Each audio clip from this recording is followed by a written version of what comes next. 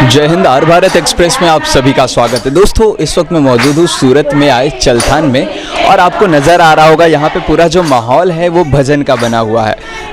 महीना जो चल रहा है ये बहुत ख़ास महीना चल रहा है। इसको अधिक मास या श्रावण मास भी कहा जाता है। ये महीना जो है ये 3 साल में एक बार आता है, और ये श्री कृष्ण के ख़ास महीनाओं में से एक है। श्री कृष्ण का ख़ास महीना माना जाता है, और इस वजह से यहाँ पे भजन हो रहा है। और क्या कुछ है इसके बारे में विशेष जानकारी आइए जानते हैं। हमारे बीच एक बहन मौजूद है। मैम, आपका नाम?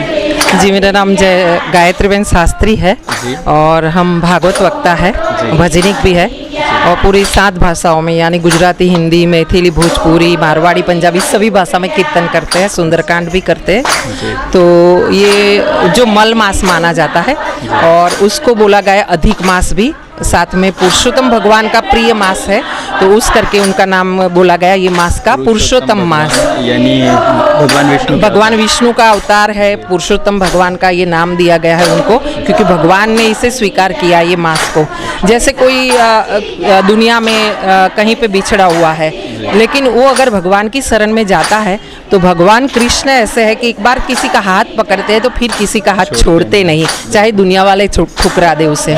तो ये मास जब भगवान की शरण में गया कि हमें आधार दीजिए भगवान, कृपा कीजिए, तब ये मास को भगवान ने स्वीकार किया और अपना नाम दे दिया। इतनी कृपालु भगवान के पुरुषोत्तम मास के नाम से ये मास को, ये महीने को जाना गया। अच्छा, इसको किस तरीके से मनाया जाता है? मतलब जैसे ये महीने में भागवत जी होती है, कीर्तन होता है, धार्मिक सभी प्रवृत्तियाँ होती है। उसमें ज़्यादा करके जैसे ये महिला मंडल है हमारा, तो ये महिला मंडल के द्वारा घर घर जाके भजन कीर्तन होता है। और कहा गया है कि ये महीने में अगर कोई एक बार भी कृष्ण भगवान का, अपने इष्ट देव का, राम जी का, माता रानी का कोई नाम लेगा, तो उसको एक बार का अधिक से अधिक यानी करोड़ों गुना फल प्राप्त होगा, पुण्य फल।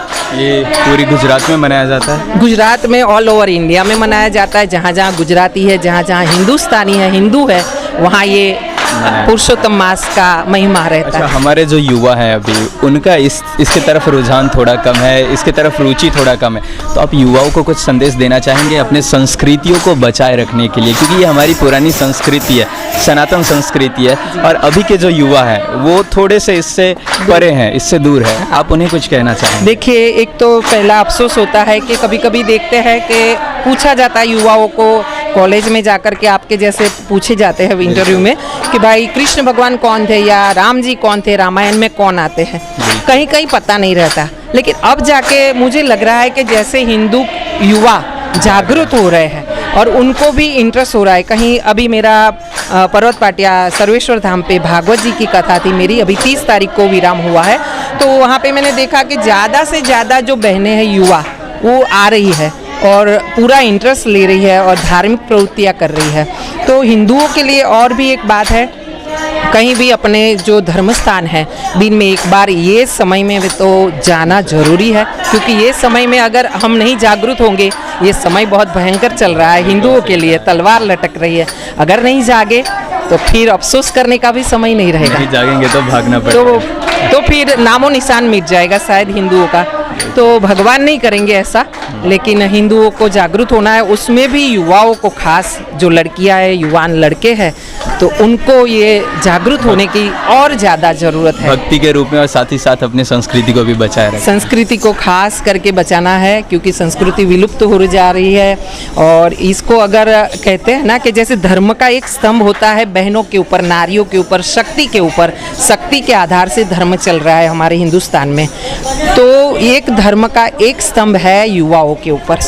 अगर वो चल गए आगे लेकर के अपने कंधे पे जिम्मेदारी संस्कृति की, फिर हिंदुओं को और हिंदुस्तान की ये सनातन धर्म की संस्कृति को कोई उंगली नहीं उठा सकता है, आंख नहीं उठा सकता। बहुत बहुत धन्यवाद।